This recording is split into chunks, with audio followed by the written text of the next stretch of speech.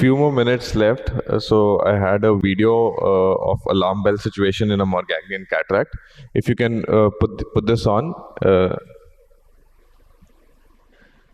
So alarm bell situation in morgagnian cataract can be due to variably sized, freely floating nucleus. Why? Because there's a difficulty in holding of nucleus.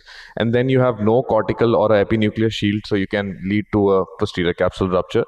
And then you have a hard nucleus, so you need high fluidics, so you can have a post-occlusion surge and empty bag, leading to a fluttering PC and a PCR, and then there's zonular stress and back dehiscence. So this weak zonules can lead to capsular back dehiscence or a posterior capsule rupture, and plus the presence of liquefied vitreous, where you can have volume changes with the fluidics, and then which can lead to a fluttering PC and a PCR. So this surgical video of a morgagnian cataract demonstrates difficulty in immobilization of the nucleus due to the absence of cortico-epinuclear cushion.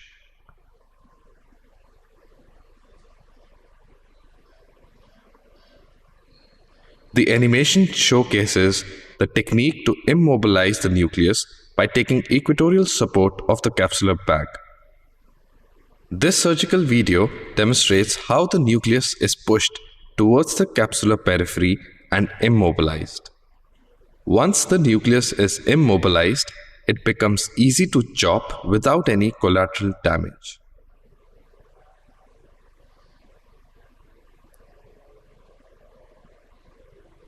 This is repeated for division of all quadrants.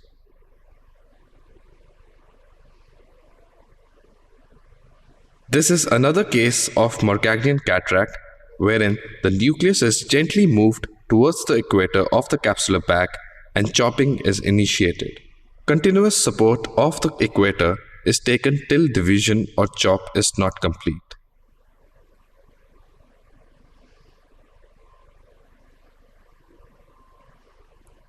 This is repeated for division of all quadrants.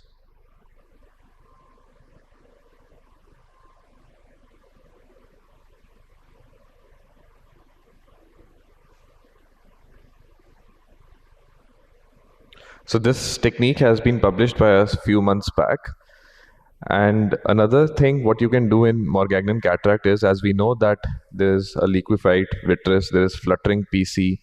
So you can see I'm trying to do the rhexis. Rhexis usually doesn't extend in a case of morgagnian cataract because there is no compartmentalization and the intralenticular fluid is not that high.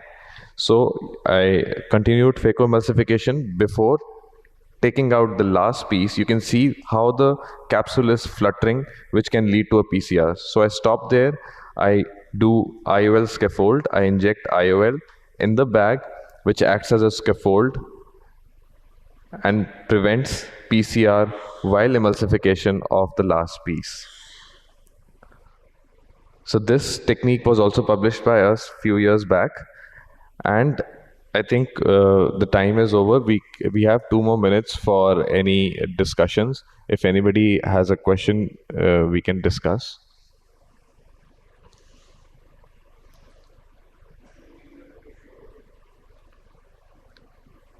Can you switch on the mic there? We cannot hear. Yeah, now it's switched on. There was a PC rent pre-existing and nothing dropped. The antrahaloid face is very much intact. Suppose it dropped.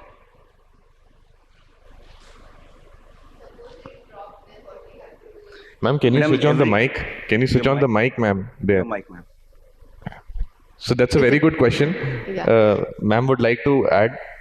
Yeah, see, if the nuclear fragment drops, then we have to follow the protocols which we have to follow in such cases.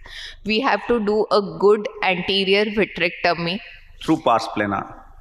Whatever is, it will be... Vitrectomy is through pars plana. Yeah, okay. Yeah. A few things I would like to suggest. From this platform, only those things should be delivered which are possible in the corners of the country. Suppose a fragment drops, and this is a big problem. You are a very expert surgeon. the other surgeons may go with the probe, not realizing where they are. And they pull vitreous and create a cascade of events, finally leading to blindness. It is very much possible, and many times it does happen. I think That's a very It's good not a suggestion. big issue. Just that's a simple cataract. Enlarge the incision. It's a soft cataract, and take it out. Put one suture. The pain of a vitreoretina surgeon and anterior segment surgeon can never understand. That's a beautiful Yeah, suggestion. I think just it want is a to very add valid one. point. One should keep in mind it is very valid. But as a cataract surgeon, even in uneventful cases also we can encounter a nucleus drop or cortical fragments going into the vitreous cavity. So one should know how to do a good anterior vitrectomy and how to deal with the case, how to place the IOL, or whether Yes, not sir. to place, the decision making is important. Yes, sir. I think it's a very important, pertinent question. But what I want to clarify here is, if suppose you have a PCR Yeah. and you have a quarter of the nucleus, half of the nucleus there, what I would suggest is use viscoat. The viscoat will act as a good tamponade for you. It will keep the anterior hyaloid back, and you can bring the nucleus up into the iris plane or in front of the iris in the presence of viscoat there. Once you have the viscoat there, then you can put an IOL, okay? And you can do an IOL scaffold and go ahead with the nucleus emulsification if you are okay. But I think viscoat plays a very major role in preventing this anterior hyaloid rupture as well. You can make sure that the anterior hyaloid doesn't rupture. I have got several videos I can show you, pre-existing posterior polar cataract wherein the anterior hyaloid is intact. Once you put the viscoat, they go back and you can actually see the anterior hyaloid there without... Yes, sir. Yeah, we can do the bimanual technique. You need to do that Yes, sir. for irrigation aspiration. But once the vitreous is there, also you can use tricot, remove the vitreous, Yes, sir. either the limbus or pars plana. Pars plana is more difficult for anterior segment surgeons, I understand, because you need to put a trocar and cannula. Limbal vitrectomy is fairly good. Only thing is you need to follow the certain protocols for that. It's not easy. It's not difficult at all. It's not easy also. There's a learning curve. But only thing is you need to do that. Sir, I want to add one thing. So Yes. if you would have seen in that video, we did a low IOP phacoemulsification. Yes. So the advantage of low IOP phacoemulsification, we are using 20 IOP and aspiration rate of 25. So what has happened is there is a minimal pressure differences between the anterior and posterior segment. So you could see how the nucleus was floating. There was minimal infusion of fluid because to prevent any vitreous hydration. So the size of the PCR also remained the same. And there was and you could do so. Another important thing for a successful low IP phacoemulsification, there should be no leakage in the side port also. So we used calibrated side port, so it had such a good chamber stability that you could easily remove the nucleus without any extension, without any posterior bulging of the capsule, and with the help of low IP phacoemulsification I could complete it. This video just won an ASCRS. Yes. So differential IOP. So I know. I've seen that video, Tushar, but it's very nice. Tushya, but this is very important. What he is asking is a very important question, wherein it should be practical from all corners of India. Okay? Yes, sir. Even a person who is in the rural setup, how do you manage? Okay? If you have a bigger nucleus, as he rightly said, extend the incision, do an SICS and come out. Yes, sir. Okay? And because you don't have access to a VR surgeon, or Yes, you're not a VR surgeon as well. Yes, sir. So that is a way to go. That is a take-home message I want to give you. It is a smaller piece, then you can follow all these protocols. Whatever Whatever I you told suggested was perfect. We should Perfect. follow that. Yes. This is a platform of India. This is a platform of India.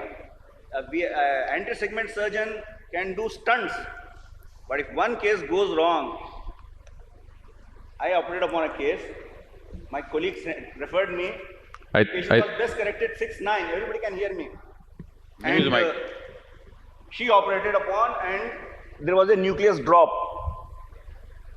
By the time she could take out the phaco probe and realize what has happened, she had already made a tear. And we managed the case. The patient developed complications one after the another, and he's very nicely having hand movements now. That's great. That's great. If that happens to one, can we excuse ourselves? As you said, past planar vitrectomy should be followed. That's a take-home Past point. planar vitrectomy. Let me So tell to I think anybody, 9 o'clock you need I the... think as surgeons, all of us think of patient safety first. No, no. Once you have a nucleus drop, don't chase the nucleus with your phaco probe. Yes. That is a question. The thing we Fishing can produce giant is retinal tears and medical legal issues, as you mentioned. So you just clean up the anterior segment. You can put an IOL and refer it to the VR surgeon, and they will do a past planar vitrectomy and use a fragmentome and take the nucleus. Even the hardest of the cataracts, we can use a fragmentome. Now, fragmentome is very good.